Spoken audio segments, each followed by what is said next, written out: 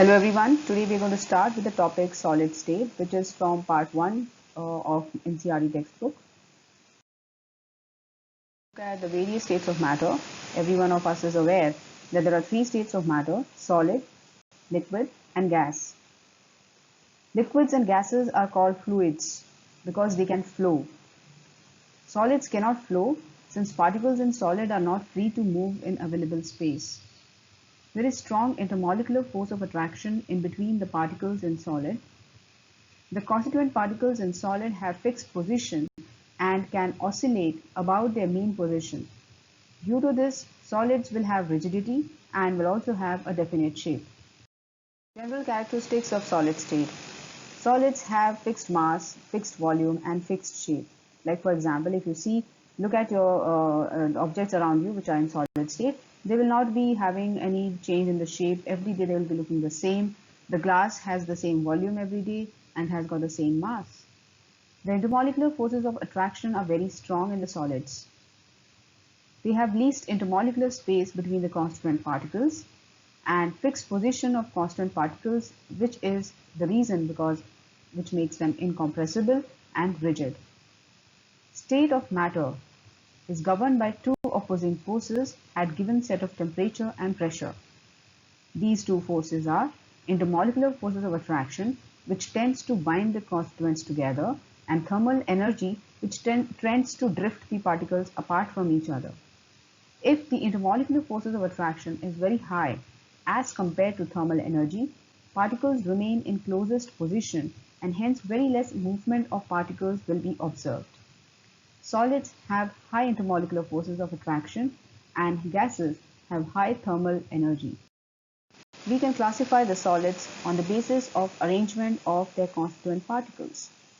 If the arrangement of constituent particles is same throughout the solid, it is called as long-range order, and such substances are crystalline. For example, diamond. If the arrangement of particles does not follow any regular pattern throughout the solid, it will be called as short-range order, and such solids are amorphous solids. For example, graphite. There are certain characteristics of crystalline solid which we all must know.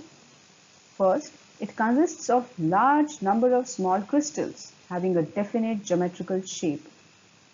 The arrangement of constituent particles is regular throughout the solid, known as long-range order, which means that there is a fixed pattern of constituent particles which repeats itself periodically over the entire range of solid. They have sharp melting points. They are anisotropic in nature. The meaning of anisotropy is difference in properties when measured along different axes or different directions.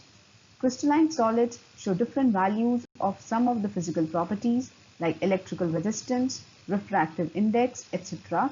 when measured along the different directions. The anisotropy arises due to different arrangement of particles in different directions.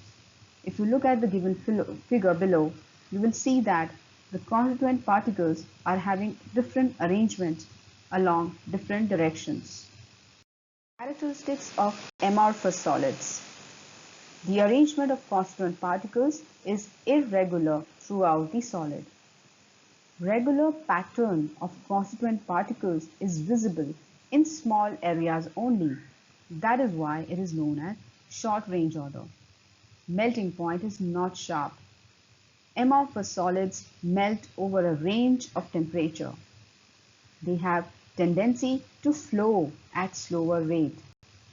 They are isotropic in nature, which means there is no difference in properties taken from any direction, which means that physical properties will have the same magnitude in all the directions. Crystalline solids can be classified on the basis of constituent particles and intermolecular forces of attraction between them. There are 4 types of crystalline solids: molecular solids, ionic solids, metallic solids, covalent or network solids. The molecular solids are further classified into 3 types: non-polar molecular solids, polar molecular solids, and hydrogen bonded molecular solids. The constituent particles in all these molecular solids are molecules. The attractive force in nonpolar solids is dispersion forces or London forces. In polar solids, the attractive forces are dipole-dipole interactions. In hydrogen bonded solids, the attractive force is hydrogen bonding. The examples of molecular solids are molecules such as hydrogen, which is made up of same atoms, iodine, made up of same atoms, CCl4, carbon tetrachloride, which is made up of different atoms, but the difference in electronegativity is not very high. Examples of polar solids are species like HCl with H plus, Cl minus, SO2, S plus, O minus. Example of hydrogen bonded molecular solids is water in the form of ice. The physical nature. Molecular solids can be soft or hydrogen bonded solids can be hard like ice. All the molecular solids are insulators, that is, non-conductors of electricity because they do not have any carrier of current. The melting point will range from very low to low. Ionic solids. The constituent particles present in ionic solids are ions, cations, positively charged, anions, negatively charged. The attractive forces which present between the cations and anions will be electrostatic forces of attraction, also known as Coulombic forces of attraction. The examples are all the ionic salts which you do in your salt analysis, like NaCl. Physical nature, ionic solids will be hard. Electrical conductivity. Ionic solids are insulators in solid state because the ions are tightly bound and are not free to conduct electricity. But they are good conductors in molten or aqueous state since the ions dissociate and are free to move and conduct electricity. The melting point of ionic solids are high. Metallic solids. Metallic solids are very commonly found around us. The constituent particles in metallic solids are kernels in sea of electrons. Kernels are metal atoms without valence electrons. The attractive forces in metallic solids are metallic bonding. The examples of metallic solids are all the metals like iron, copper, nickel, zinc, etc. Physical nature. Metallic solids are hard. Electrical conductivity. Metallic solids are good conductors of electricity due to the presence of mobile electrons.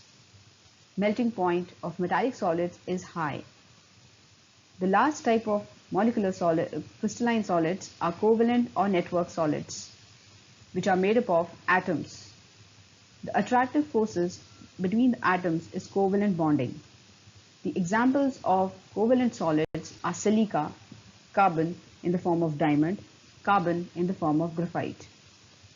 Physical nature. They are hard except graphite, which is soft. Electrical conductivity.